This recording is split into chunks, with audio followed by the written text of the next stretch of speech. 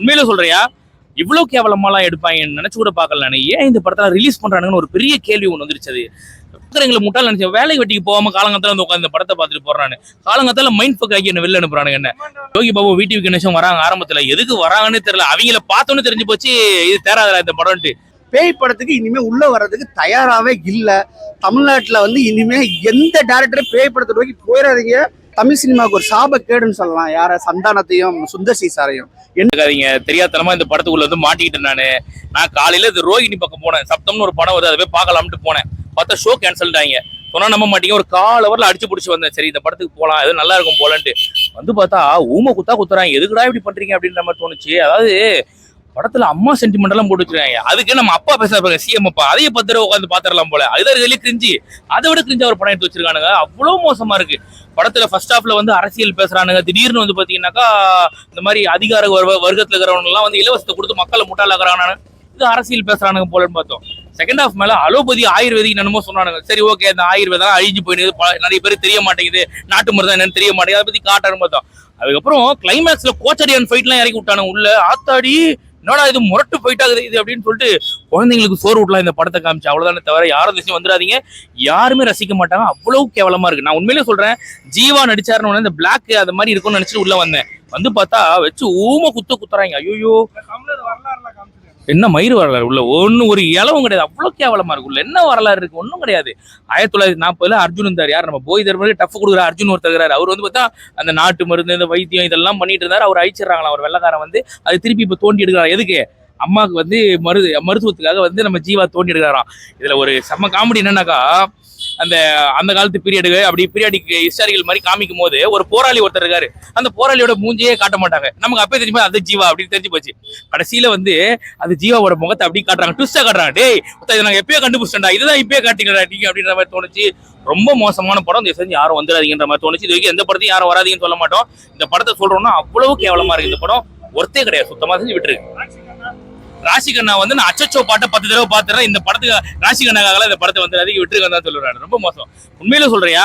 இவ்வளவு கேவலமாலாம் எடுப்பாங்க நினைச்சு கூட பார்க்கல நானு. ஏன் இந்த படத்தை ரிலீஸ் பண்றானுங்கன்னு ஒரு பெரிய கேள்வி ஒன்று வந்துருச்சு. மக்கள் அதான் சொல்றேன், இந்த மாதிரி இதை போய் பார்த்தாங்கன்னா எதுக்காக நீங்க வந்து தமிழ் சினிமாவை குறை சொல்றீங்கன்னா இதை போய் பாரு. இந்த தமிழ் சினிமாவை குறை சொல்றியேன்னு கேட்கறவனா நம்மளே செருப்பு கழட்டி அடிப்போம், அவனே செருப்பு கழட்டி அடிச்சுப்போம். அந்த மாதிரி படம். இந்த மாதிரி படம்லாம் இருந்தா எப்படி ஆகும்? இதெல்லாம் வந்து எப்பயோ வர வேண்டிய ஒரு படம்.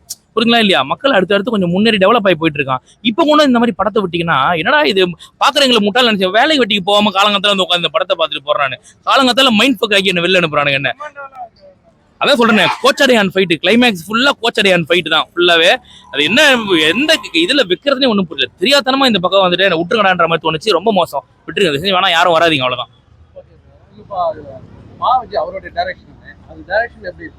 ரொம்ப மோசமா இருக்கு. ரொம்ப மோசமா இருக்கு. நான் விஜய், ஜீவா, இந்த பிளாக் இதெல்லாம் நிறைய மைண்ட்ல ஓடிச்சு நேற்று ராத்திரில இருந்து. சரி ஓகே, அகத்தியான் வேற வச்சிருக்காங்க, அது அப்புறமா பார்ப்போம் நம்ம. சரி இந்த சப்தமா பார்ப்போம் நம்மன்னு வந்தோம். அது கிடையாது. கடவுளா பார்த்து இதுக்கு அனுப்புறாரு போல. படம் நல்லா இருக்கும் போல. உள்ள வந்து உட்காந்தேன், வச்சு செய்யறாங்க உள்ள. போய் சொன்னா உள்ள போய் உட்காந்து பாருங்க. ரொம்ப ஒஸ்டா இருக்கு படம். ஆனஸ்டா சொன்னா ரொம்ப ஒஸ்டா இருக்கு. ஐயோ ஐயா, எதையுமே ரசிக்க முடியலையா. ரொம்ப மோசமா இருக்குதுயா. ஆரம்பத்துல ஃபர்ஸ்ட் ஹாஃப் ஆகுது கொஞ்சம் ஓரளவுக்கு அப்படியே ஸ்டோரி கொஞ்சம் மூவ் ஆயிட்டு போச்சு. சரி ஓகே, ஏதோ ஒன்று இது போல பரவாயில்ல. செகண்ட் ஹாஃப்ல ஏதோ காட்ட போறாங்கன்னு நினைச்சேன். ஃபர்ஸ்ட் ஹாஃப் நல்லா இல்லை, ரொம்ப கேவலமா தான் இருந்துச்சு. செகண்ட் ஹாஃபுக்கு மேல ரொம்ப மோசமா இருக்கு. சுத்தமா வண்டி நவரல. சீக்கிரம் படத்தை முடியணுன்ற மாதிரி ஆயிடுச்சு. ரொம்ப ஒஸ்ட் படம். ஐயோ யோகி பாபு வீட்டு கணேசன் வராங்க ஆரம்பத்துல, எதுக்கு வராங்கன்னு தெரியல. அவங்கள பார்த்தோன்னு தெரிஞ்சு போச்சு இது தேராதல இந்த படம்ட்டு. அந்த மாதிரி ஒரு சிம்பிளா இருந்துச்சு அந்த படம். ரொம்ப மோசம். ஆனஸ்டா சொல்லணும்னா வேஸ்ட். தேவையில்லாம பணத்தை செலவு பண்ணிட்டு போறோம் இங்க. ஐயா நீங்க இவ்வளவு கேள்வி கேக்குறீங்கல்ல, இதுக்கு நான் 1 மணி நேரம் பதில் சொன்னாலும் அந்த அளவுக்கு ஒர்த்து இல்ல இந்த படம். சத்தியமா ஒர்த்து இல்ல. இல்லன்னா நீங்க எவ்வளவு வேணா கேள்விகளுக்கு பதில் மூச்சை பிடிச்சி பதில் சொல்லுவேன். அந்த அளவுக்கு ஒர்த்து இல்ல. புரிஞ்சுக்கோங்க. முடியல. ஆல்ரெடி ஊமை குத்தி அமைச்சிருக்காங்க உள்ள. விட்டுருக்க வேணாம், நல்லா இல்ல. நன்றி. பேய் படத்துக்கு இனிமே உள்ள வர்றதுக்கு தயாராகவே இல்லை. தமிழ்நாட்டுல வந்து இனிமே எந்த டேரக்டரும் பேய் படத்தை நோக்கி போயிடாதீங்க. படம் வந்து அகத்தியா எக்ஸ்பெக்டேஷன் வந்து பயங்கரமா இருந்துச்சு. எனக்கு அந்த எக்ஸ்பெக்டேஷனை ஃபீல் பண்ணிச்சாங்கன்னா கண்டிப்பா ஃபீல் பண்ணிச்சுன்னு தான் சொல்ல முடியும். ஏன்னா என்னோட எக்ஸ்பெக்டேஷனே இது ஒரு மொக்கையா தான் இருக்கும்னு வந்தேன். அதனால அது மொக்கையா இருந்ததுனால என்னோட எக்ஸ்பெக்டேஷன் ஃபில் ஆயிடுச்சு. ஒன்று. ரெண்டாவது வந்து இந்த படம் வந்து ஒரு ஜானர் ஒன்று இருக்குது. இது நான் பண்ண போறேன் கிரைம் த்ரில்லர், நான் பண்ண போறேன் ஒரு சஸ்பென்ஸ் த்ரில்லர், நான் பண்ண போறேன் ஒரு ஹாரர், நான் பண்ண போறேன் ஒரு அட்வென்ச்சர், நான் பண்ண போறேன் ஒரு சயின்ஸ் ஃபிக்ஷன், நான் பண்ண போறேன் ஒரு ஆக்ஷன், இப்படிலாம் நினைச்சு வந்தாங்கல்ல, அதை எல்லாத்தையும் ஒரே படத்துல பண்ணியிருக்காப்ல. அதனால இது எந்த ஜானரை நோக்கி போகுதுங்கிறது நம்மளுக்கு பெரிய கன்ஃபியூஸ்டா இருக்குது. நீங்க என்ன படம் எடுக்க போறீங்க, ஒரு 2.5 மணி நேரம் உட்கார வைக்க போறீங்களா, நீங்க எல்லா விஷயத்தையும் உள்ள கொண்டிருக்கீங்களா அப்படின்றத வந்து ரொம்ப ஃபர்ஸ்ட் கேள்விக்குறி. அதனாலயே என்னமோ தெரியல, இது ஹாரர் படமா இது இல்லையா, ஒரு இடத்துக்கு பயங்கரமா டீப்பா தேடி தேடி உள்ளக போறானுங்க. ஆனா எதுக்கு போறாங்கன்னு ஒண்ணு நம்மளுக்கு தெரியும்ல. ஓ, இதை கண்டுபிடிக்க தான் போறாங்க, ஓ இந்த மூலிகை எடுக்க தான் போறாங்க, அதை வந்து டீட்டெயில் சொன்னதுனால அவன் பாட்டுக்கு போறான், அவன் பாட்டுக்கு வர்றான். அந்த மாதிரி இருக்கு. நம்ம தமிழ் சினிமாவுக்கு ஒரு சாபக்கேடுன்னு சொல்லலாம் யார, சந்தானத்தையும் சுந்தர் சி சாரையும். என்னன்னு கேட்டேன்னா, இந்த பேய்கள் மேல உள்ள மரியாதையை, பேய்கள் மேல நம்ம வச்சிருந்த பயத்தை எல்லாத்தையும் தூக்கிட்டாங்க ஒரு 5-6 படத்துலன்னு சொல்லி தான் சொல்லணும். ஏன் அப்படின்னு கேட்டீங்கன்னா, இந்த டிடி ரிட்ஸன் பேயை வச்சு ஓட்டுறது, தில்லுக்கு துட்டு பேயை வச்சு ஓட்டுறது, அரண்மனை பேயை வச்சுட்டு காமெடி பண்றது, இந்த மாதிரியா பண்ணி பேய் மேல இருந்த பயமே சுத்தமா போயிடுச்சு. செம்ம போர்ஷன், ஒரு 20 மினிட்ஸ் பேயில வச்சு மிரட்டிருக்காங்க. ஆனா நம்மளுக்கு பயம் வரல, ஏன்னா நம்ம மண்டக்குள்ள பேய்னா ஒரு காமெடி பீஸ்ன்றதை ஆக்கி விட்டதுனால உண்மையிலே உனக்கு பயமே வரல. ஆனா இந்த படங்கள்லாம் பார்க்காத குழந்தைய வச்சுனா நடிகருங்க, அந்த அளவுக்கு சூப்பரா பண்ணியிருக்காப்ல. ஆனா இவங்க நம்மளை கெடுத்து விட்டு காஞ்சூரிங் 1க்கே நம்மளுக்கு பயம் வர மாட்டேங்குது, இதுக்கடுத்து 2 வர பயம் வர மாட்டேங்குது, இப்போ 3 வேற வருதான், அதுவும் பயப்பட மாட்டோம். நீங்க 400 கோடி செலவுனாலும் சரி, 4 கோடி செலவுனாலும் சரி, குப்பையில போடுறதுக்கு சமம். ஏன்னா உங்களால எங்களை பயமுறுத்தவே முடியாது, அந்த அளவுக்கு பண்ணி விட்டீங்க. அருமையான போர்ஷன், எனக்கு பார்க்கும்போது அடடா, இந்த இடத்துல நம்ம பயந்தோம்னா இந்த படம் சூப்பர் ஹிட்னு நினைப்போம். அன்எக்ஸ்பெக்டடா பயமே வரல. அதுதான் வந்து இது. யாரு பயப்படுவா? குழந்தைங்க. ஓகே, குழந்தைங்களுக்கு செம்ம படம் தான் நான் சொல்லிடுவேன். ஆனா குழந்தைகள் வர்ற டைம்லயே நீங்க ரிலீஸ் பண்ணிருக்கீங்க, பிள்ளைங்க எல்லாம் எக்ஸாமுக்கு விழுந்து விழுந்து படிச்சுக்கிட்டு இருக்க 12 மணிக்கு இந்த இடத்துல ரிலீஸ் பண்ணிக்க. ஓகேடா, அவ லீவ் விட்டோன்னா பாப்பாங்க அப்படின்னா, நீங்க லீவ் விடுற வரை இந்த தேட்டர் ஃபுல் ஆகுமா, காத்திருப்பீங்களான்னு கேட்டா அதுவே டவுட்டு. ரிலீசிங் டேட்டை இவ்வளவு மெனக்கெட்டு இவ்வளவு ரிலீஸ் பண்ணி தேட்டை நீங்க தப்பா பண்ணீங்க. பாசிட்டிவ்னு நான் சொல்றேனே, சிஜி ஒர்க்கு, டிஐ, கிராஃபிக்ஸ் எல்லாமே தூள்.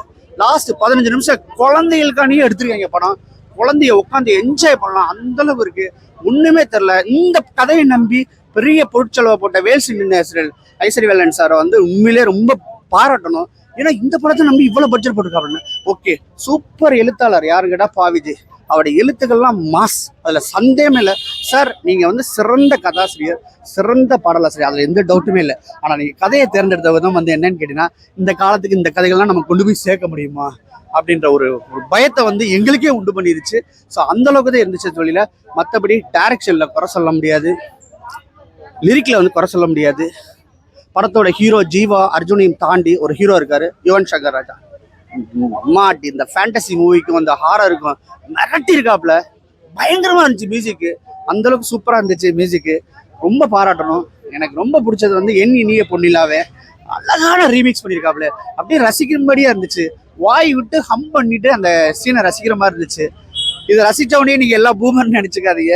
படத்துல வந்து ஒண்ணுமே இல்லாத ஒரு விஷயத்துக்கு இந்த பாட்டு வந்து எங்களை வந்து ரொம்ப திருப்தி படுச்சு. அதுல இருந்தே நாங்க வந்து ஒரு ஒரு ஸ்மூத்தான ஒரு ரேஞ்சில் வந்துட்டோம். ஓகே, படம் வந்து ஒன் டைம் உட்காரலாம்னு சொல்ற அளவுக்கு இருந்துச்சு படம். கண்டிப்பா ஒன் டைம் வாட்சபிள். ராசிகண்ணா வந்து போஸ்ட் விட்டுவாங்க இல்லையா, ஜீவா அது பக்கத்துல வந்து ராசிகண்ணா போட்டு தெலுங்குல போட்டீங்கன்னா பிசினஸ் இருக்கு, அது போஸ்டருக்கு மட்டுமே வந்து போன மாதிரி இருக்கு. அவங்க சரியாவே யூஸ் பண்ணல, ஒரு சாங் கூட இல்லை.